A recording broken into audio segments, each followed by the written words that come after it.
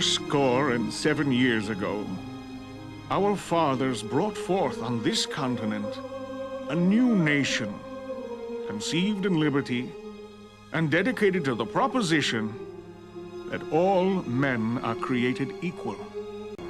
We are engaged in a great civil war, testing whether that nation, or any nation so conceived and so dedicated, can long endure. We are met on a great battlefield of that war.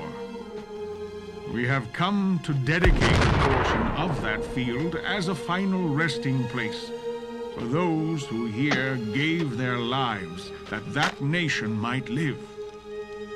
It is altogether fitting and proper that we should do this. But in a larger sense, we cannot dedicate. We cannot consecrate. We cannot hallow this ground. The brave men, living and dead, who struggled here have consecrated it far above our poor power to add or detract. The world will little note nor long remember what we say here, but it can never forget what they did here. It is for us, the living rather, to be dedicated here to the unfinished work which they who fought here have thus far so nobly advanced. It is rather for us to be here dedicated to the great task remaining before us, that from these honored dead we take increased devotion to that cause for which they gave the last full measure of devotion. That we here highly resolve that these dead shall not have died in vain. That this nation, under God, shall have a new birth of freedom, and that government of the people, by the people, for the people, shall not perish from the earth. That speech, known as the Gettysburg Address, was given on November 19, 1863, to dedicate the soldiers' national cemetery in Gettysburg, Pennsylvania. This was the site of the deadliest battle of the Civil War.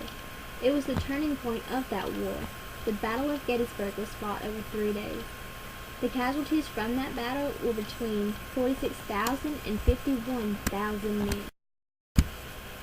Abraham Lincoln signed the Emancipation Proclamation on September 22, 1862, and it stated that all slaves must be released by January 1, 1863.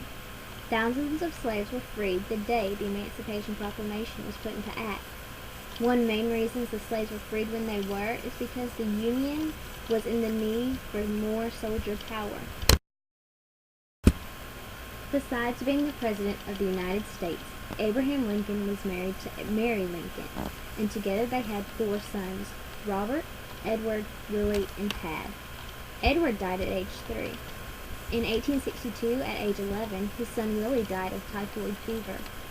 The family lived in Springfield, Illinois, until Lincoln won the presidency, and the family relocated to Washington, D.C.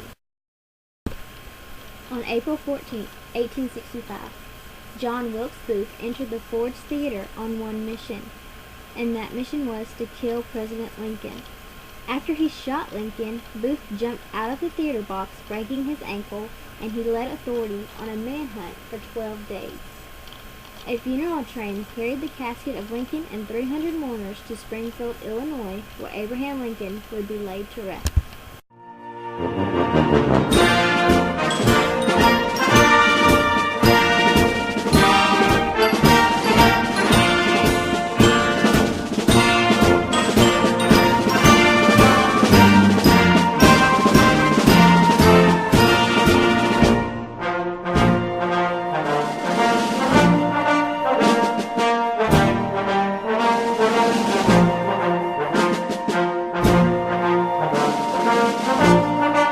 Thank you.